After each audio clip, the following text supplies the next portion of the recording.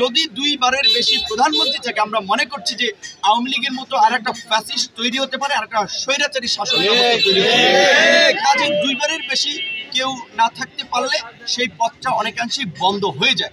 Plus হচ্ছে আমরা যেটা বলছি যে বাংলাদেশের এই সরকার ব্যবস্থায় প্রধানমন্ত্রীকে সকল ক্ষমতার আসলে কেন্দ্রবিন্দুতে রাখা হয়েছে।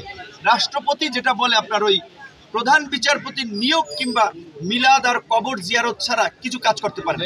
এই জন্য আমরা বলেছি যে রাষ্ট্রপতির কিছু ক্ষমতা দেওয়া দরকার।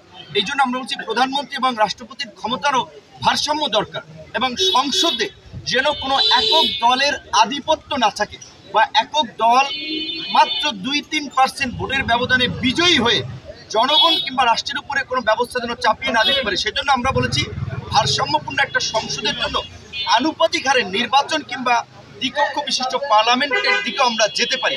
এখন আমরা গণঅধিকার পরিষদের পক্ষ থেকে 2021 সালেই কিন্তু এই সংস্কার প্রস্তাবনাগুলো জাতির সামনে দিয়েছে একটা নতুন রাজনৈতিক বন্দোবস্ত প্রতিষ্ঠার লক্ষ্যে।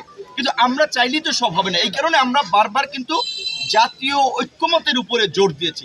এখন জাতীয় ঐক্যমত দুনিয়ার কোনো জায়গায় সব মানুষ একই বিষয়ে একমত হয় না, কিন্তু ওই যে শেষ পর্যন্ত কিন্তু বিচারের ভার দুই একজনের কাছে থাকে।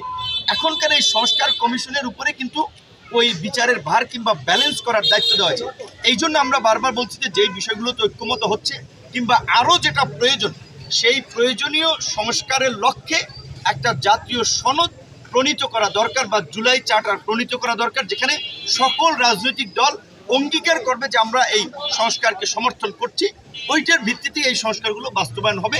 তারপরে দ্রুত সময়ের মধ্যেই একটা নির্বাচন হবে, এবং সেই নির্বাচন আবার সুষ্ঠু নিরপেক্ষ হবে, জনগণের প্রতিনিধি নির্বাচিত হবে। এটাই আমাদের রাজনৈতিক দৃষ্টিভঙ্গি এবং বর্তমান সরকার কিংবা এই সব আমাদের প্রত্যাশা।